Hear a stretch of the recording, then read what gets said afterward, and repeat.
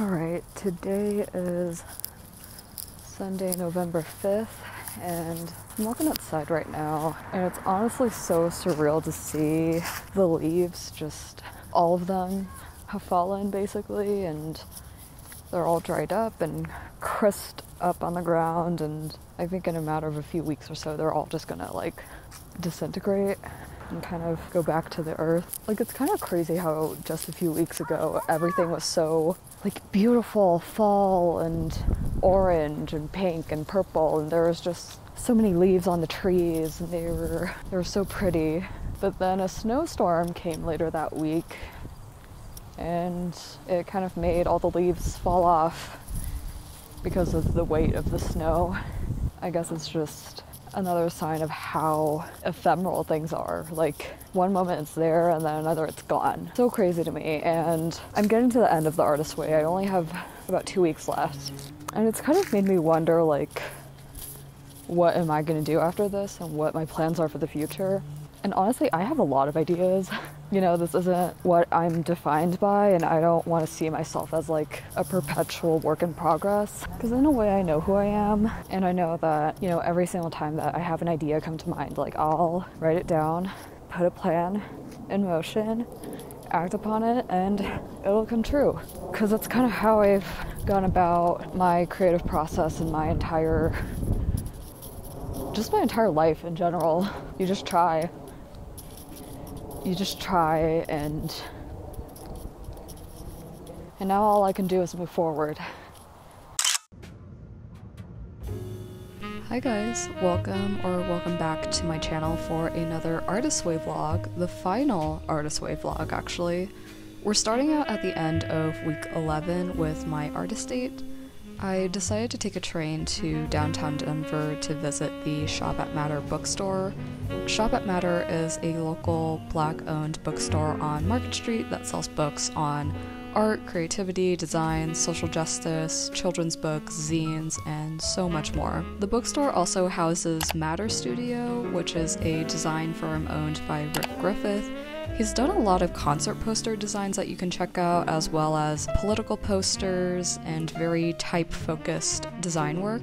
They also have a little corner with stationery and knickknacks for all your bookish, journaling, planning needs. I perused around the graphic design section for like an hour, not surprising since I'm a design major, but I was in love with all the books I skimmed through, and I just appreciate being able to touch and see these books in person. They're so beautifully designed and well made, and I've looked at them online for so long that it's like amazing to finally see them in real life. And then I went around the back where they had the zine section. I found a vintage copy of Richard Wright's Native Son, which I read in high school, and I was so tempted to get it for nostalgia reasons.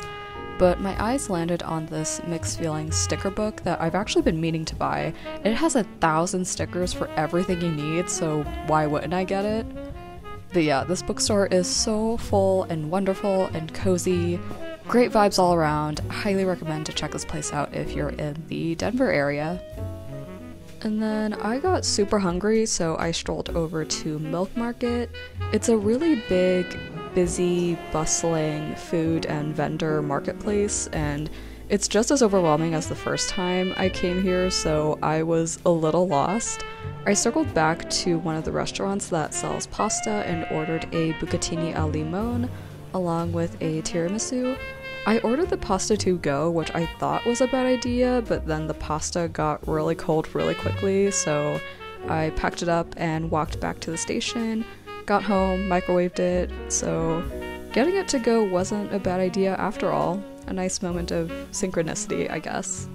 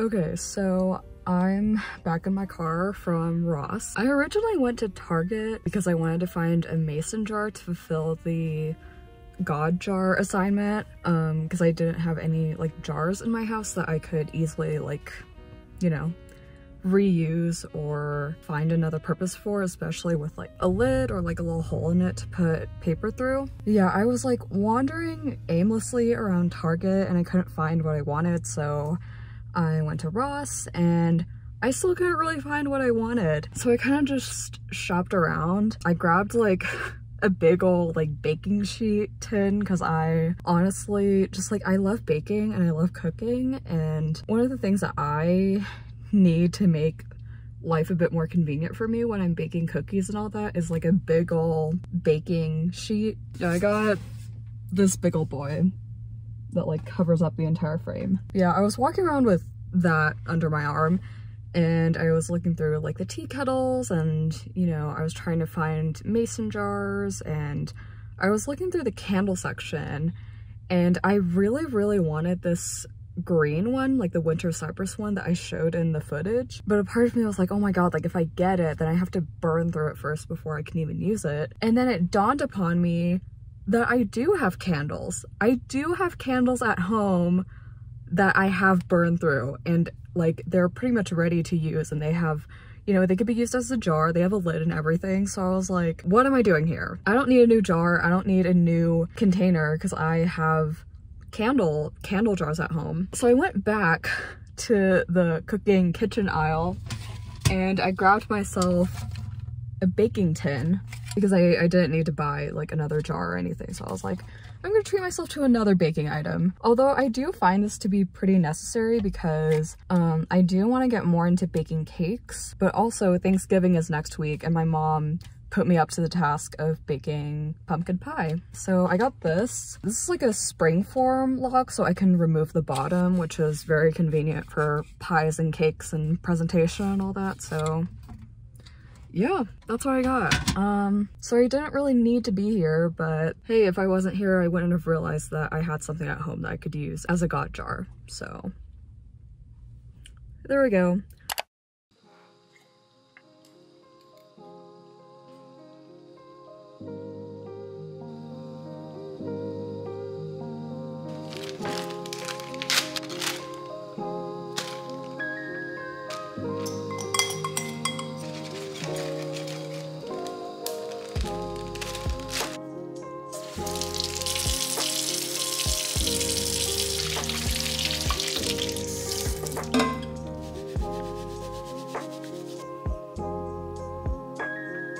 For the final artist date in this 12-week journey, I headed to a park to write down my morning pages. I like the change in environment and found myself appreciating nature more than ever, which is kind of ironic because I live in Colorado and I'm not an outdoorsy person at all. But after finishing The Artist's Way, I will say I have mixed feelings about this book, and this isn't to say that going through the 12 weeks wasn't worth it. I actually got a lot out of the morning pages and artist dates.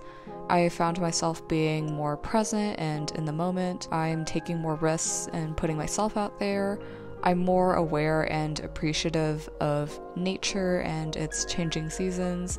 It's not a drastic change, but it's enough for me to notice it. That being said, I had trouble completing certain tasks and I wasn't able to create much in my free time due to school. I already do a lot of art projects in my academic life, so having to do it in my own time was overwhelming. Regardless, for those of you who have come along with me on this journey, thank you for sticking with me and watching these videos. I've noticed that my vlogs have dipped in quality and I sincerely want to apologize for that. This 12-week journey has been an exercise in not only recovering my creative self, but also to build up my YouTube repertoire. You could say that video editing has actually been my main creative outlet outside of the traditional capital A art projects I've been doing for class. But again, thank you so much for tuning into this vlog. It's a little bittersweet and anticlimactic, but I'm glad to be done with this book. As for what's next, I will be taking a bit of a pause from YouTube for the rest of this year. I'm still going to upload a vlog here and there for the holiday season, but I ultimately want to rest and recoup before I get back into it. I hope you all have a lovely rest of the day, month, year. Enjoy the rest of 2023, and I will see you guys next time. Bye!